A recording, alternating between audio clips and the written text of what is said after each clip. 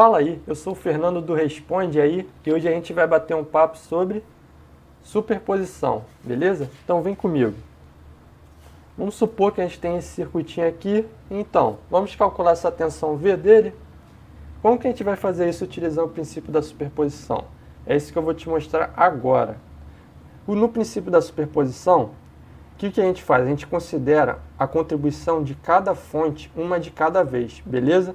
Então, primeiro a gente vai considerar a contribuição dessa fonte de tensão de 6 volts e vai calcular uma tensão V que eu vou chamar de V1 e depois vamos calcular, desligar essa fonte aqui e calcular a contribuição dessa fonte de corrente aqui. E vamos ver qual vai ser a tensão nesse resistor de 4 ohms, beleza?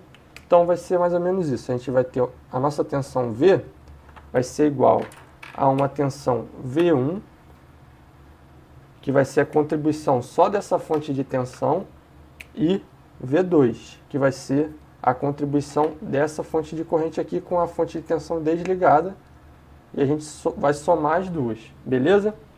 Então, vamos ver como que a gente vai fazer isso.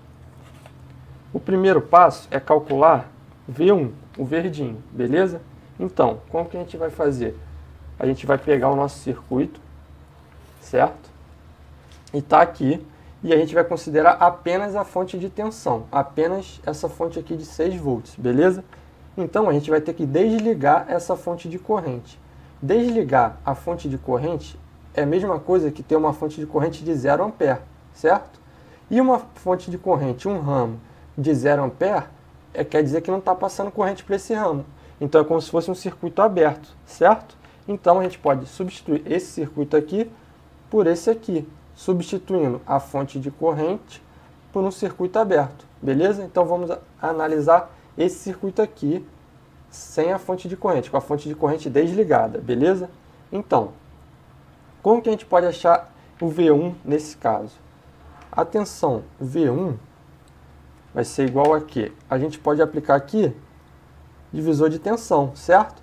Por quê? Porque por esse ramo aqui não vai passar corrente. Então, só temos esse circuito aqui para analisar, essa malha aqui, certo?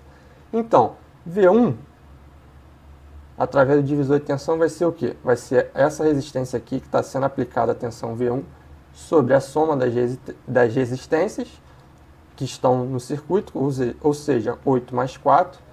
Essas resistências estão em série, certo? E tudo isso multiplicado pelo valor da fonte, que é o valor de tensão desses dois pontos aqui do circuito, certo? Logo, a nossa tensão V1 vai ser igual a 2 volts, beleza? Então a gente já sabe que V1 igual a 2 volts. Agora vamos ver como que a gente vai calcular V2. Vai ser o nosso próximo passo. Aqui, de volta, a gente tem o nosso circuito aqui, certo? Então, agora a gente vai desligar o quê? A fonte de tensão de 6 volts, certo? Então, desligar a fonte de tensão é a mesma coisa que ter um potencial de 0 volts aqui nessa fonte, certo? Ou seja, é a mesma coisa que substituir ela por um curto-circuito. Então, a gente vai substituir essa fonte de tensão por um curto-circuito e a gente vai ter esse circuitinho aqui, tá vendo? Desligar a fonte de tensão é a mesma coisa que substituí-la por um curto-circuito. Então, agora a gente vai calcular o V2, beleza? Mas antes de calcular o V2, para calcular o V2, primeiro a gente vai ter que calcular a corrente que está passando por esse resistor aqui, certo? Então a gente vai ter que calcular essa corrente aqui, ó, que eu vou chamar de I. Tranquilo? Então a gente tem essa correntinha aqui. Como que a gente pode calcular ela? Utilizando o quê? Divisor de corrente. Porque nesse nó aqui, ó, vai estar chegando essa corrente de 3 amperes, certo? Então aplicando o divisor de corrente, a gente vai ter o quê? Que I vai ser igual a 8, que é o resistor do outro ramo, sobre 8 mais 4, que são os resistores que estão ligados ao nó, vezes a corrente que chega ao nó, que é 3 amperes, certo? Com isso a gente acha que I igual a 2 amperes. Show! A gente achou I que está passando por esse resistor aqui. Então, lei de Ohm agora. V2 vai ser igual ao quê? Vai ser igual a R, que é 4, vezes I, que é o 2, certo? Que a gente acabou de achar. Isso dá 8 volts. Tranquilo? Então, encontramos V2 agora. Com isso, a gente vai para o nosso passo 3, que é o quê? Que é somar as contribuições de cada fonte. A gente tem esse circuito, a gente viu o quê? Que V vai ser igual a V1 mais V2, certo? a gente viu o quê? Que V1 é igual a 2 volts, que V2 igual a 8 volts, certo? Então, o nosso V vai ser igual ao quê? A 2 mais 8, que é igual a 10 volts. Entendeu? Calculamos o V através do princípio da superposição. A gente considerou primeiro a fonte de tensão e depois a fonte de corrente. É isso.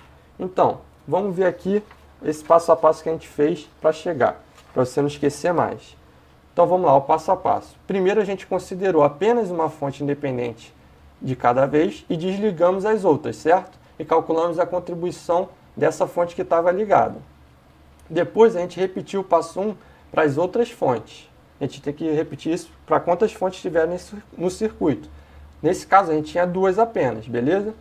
E 3, calcular a contribuição total somando todas as contribuições de cada fonte. Com isso é só sucesso. Tranquilo?